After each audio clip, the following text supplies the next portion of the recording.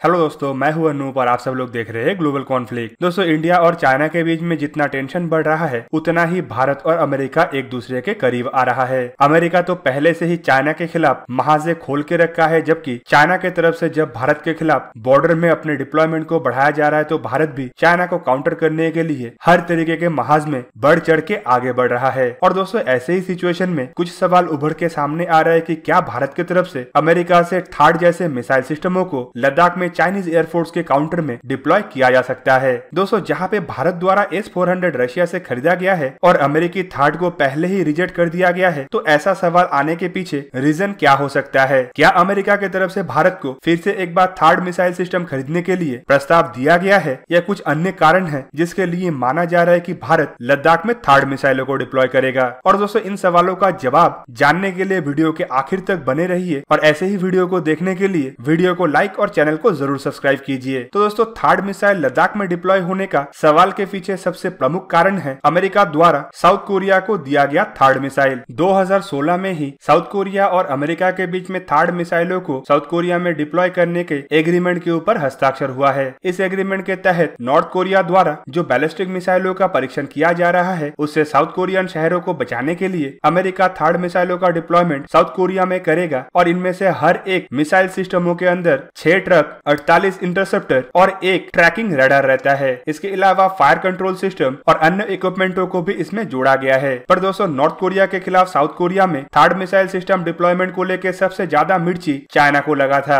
China की तरफ से 2016 से ही साउथ कोरिया को धमकाया जा रहा है कि अमेरिका के इन मिसाइल सिस्टमों को साउथ कोरिया के धरती में डिप्लॉय ना किया जाए। चाइना द्वारा ये डर सता रहा है कि अमेरिका द्वारा अगर थर्ड मिसाइलों के साथ साथ लॉन्ग रेंज रडारों का डिप्लॉयमेंट किया जाता है जिनके द्वारा बैलिस्टिक मिसाइलों को ट्रैक किया जाता है, तो ये चाइना के डीप अंदर तक आसानी से हवाई हरकतों के ऊपर नजर रख सकता है। और चाइना द्वारा साउथ चाइना सी के अंदर अगर कोई भी मिस एडवेंचर किया जाता है या फिर किसी तरीके का कोई भी स्ट्राइक या एयर डिप्लॉयमेंट किया जाता है तो साउथ कोरिया के अंदर रह के ही थर्ड मिसाइलों के द्वारा इन एक्टिविटियों को काउंटर किया जा सकता है। जबकि अमेरिका की तरफ से जब ताइवान में भी इस तरीके का मिसाइल डिप्लॉयमेंट का बात उठाया गया था तो भी चाइना को ही मिर्ची लगा था। तो एक तरीके से देखे तो अमेरिका के थर्ड मिसाइल से चाइना काफी ज्यादा डरता है। खाली थर्ड मिसाइल नहीं बल्कि इसमें इस्तेमाल होने वाला रडार को लेकर भी चाइना के अंदर इतना ज्यादा खौफ है कि चाइना अपने बॉर्डर से 400 किलोमीटर रेंज के अंदर भी इस रडारों को देखना नहीं चाहता है। और दोस्तों, इन्हीं कारणों की वजह से हाल ही में यह भी डिस्कस किया जा रहा है कि चाइना को काउंटर करने के लिए भारत को लद्दाख में थर्ड मिसाइल सिस्टमों को डिप्लॉय करना चाहिए। पर दोस्तों, आपके जानकारी के लिए बता दूं कि ऐसा शायद ही पॉसिबल हो, क्योंकि हाल फिलहाल में इंडिया की तरफ से अपने लॉन्ग रेंज एयर डिफेंस और बैलिस्टिक मिसाइल डिफेंस के लिए S-400 सिस्टमों को खरीदा गया है। जबकि इन जरूरतों को पूरा करने के लिए रशिया की तरफ से जहां पे S-400 का ऑफर किया गया था, वहीं पे अमेरिका की तरफ से अपने terminal high altitude aerial defence system मतलब थर्ड का ऑफर किया गया था। लेकिन इंडिया द्वारा पहले ही थर्ड सिस्टमों को इतना कार्यगर नहीं है बोल के रिजेक्ट कर दिया गया था। मतलब S-400 सिस्टमों के सामने थर्ड सिस्टम इतना कार्यगर नहीं है। पर दोस्तों, आपके जानकारी के लिए बता दूं कि S-400 और थर्ड को अगर कंपेयर करें तो S-400 काफी ज्यादा सुपीरियर है। पर ऐसा भी संभव हो पाता कि भारत थर्ड की तरफ जाता अगर इंडिया और रशिया के बीच में S-400 मिसाइलों को लेकर कोई डील के ऊपर हस्ताक्षर ना हुआ होता। इंडिया और रशिया के बीच में ऑलरेडी S-400 के ऊपर हस्ताक्षर हो चुका है और पहला पेमेंट भी हो गया है। और पेमेंट के तहत जल्द ही रशिया की तरफ से अपने S-400 सिस्टमों को इंडिया में डिलीवर कर दिया जाएगा। और माना जा रहा है कि इंडिया चाइना से लगा हुआ बॉर्डर के अलावा पाकिस्तान से लगा हुआ बॉर्डर के नजदीक भी इन मिसाइल सिस्टमों को डिप्लॉय करेगा।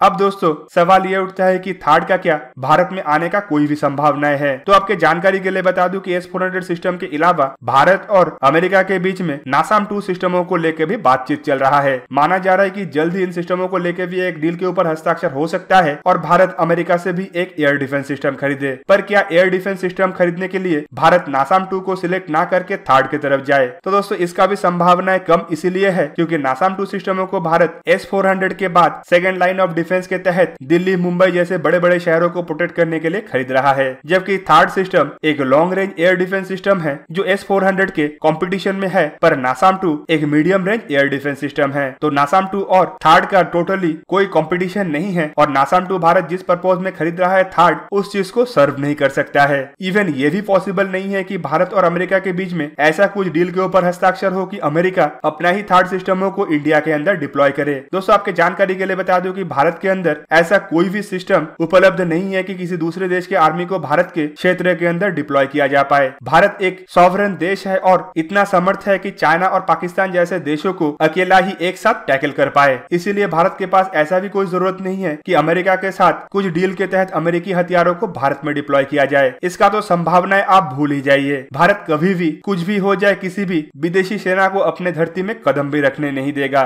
चाहे वो फ्रेंडली सेना हो या फिर दुश्मन सेना। तो कुल मिला के जो सवाल उठ रहा है कि भारत थर्ड सिस्टमों को चाइना को काउंटर करने के लिए लद्दाख में या बॉर्डर के नजदीक डिप्लॉय कर सकता है, इसका संभावनाएं अभी तो नहीं दिख रहा है। पर अगर फ्यूचर में भारत और अमेरिका के बीच में एयर डिफेंस को लेके कुछ नया डील के ऊपर हस्ताक्षर होता है और भारत अमेरिका से इन सिस्टमों को खरीदने के लिए एग्री होता है तो शायद ऐसा हो सके। पर दोस्तों मुझे नहीं लगता है कि फ्यूचर में ऐसे होने का संभावनाएं भी 1% है, क्योंकि ऑलरेडी भारत अपने प्रेजेंट जरूरतों को पूरा करने के लिए S-400 नसाम 2 जैसे सिस्टमों को खरीद रहा है, जबकि फ्यूचर के जरूरतों को देखते हुए इंडिया खुद के ही दम पे LRSAM और खुद का बैलिस्टिक मिसाइल डिफेंस सिस्टमों को बना रहा है। जबकि प्रधानमंत्री की तरफ से पहले ही बताया गया है कि आने वाले समय में भारत ज्यादा से ज्यादा सेल्फ रिलायंस बनेगा, तो संभावनाएं कम है कि किसी और फॉरेन कंपनी से या विदेशी हथियारों को भारत इतना जल्दी परचेस करे। लद्दाख के लिए संभावना ये है कि आइदर इंडिया द्वारा S-400 सिस्टमों को डिप्लॉय किया जा सकता है या फिर खुद के ही दम पे बनाए जाने वाले एयर डिफेंस सिस्टमों को चाइना के खिलाफ लद्दाख और दूसरे सेक्टर में डिप्लॉय किया जा सकता है। तो दोस्तों आप लोगों को क्या लगता है कि इंडिया के लद्दाख सेक्टर के लिए S-400 थर्ड और इंडिया के बैलिस्टिक मिसाइल डिफेंस सिस्टमों में से कौन सा सबसे बेहतरीन होगा? कमेंट करके जरूर बताइए। साथ ही साथ ऐसे ही वीडियो को देखने के लिए मुझे इंस्टाग्राम, ट्विटर और फेसबुक में सपोर्ट कीजिए। और अगर आप लोगों को ये वीडियो अच्छा लगा हो तो इसे लाइक कीजिए, अपने दोस्तों के साथ शेयर कीजिए और मेरे चैनल को सब्सक्राइब करना मत भूलिएगा और सब्सक्रिप्शन बटन के सामने बना हुआ बेल आइकन को भी प्रेस कर दीजिए और मेरा वीडियो देखिए सबसे पहले। जय हिंद।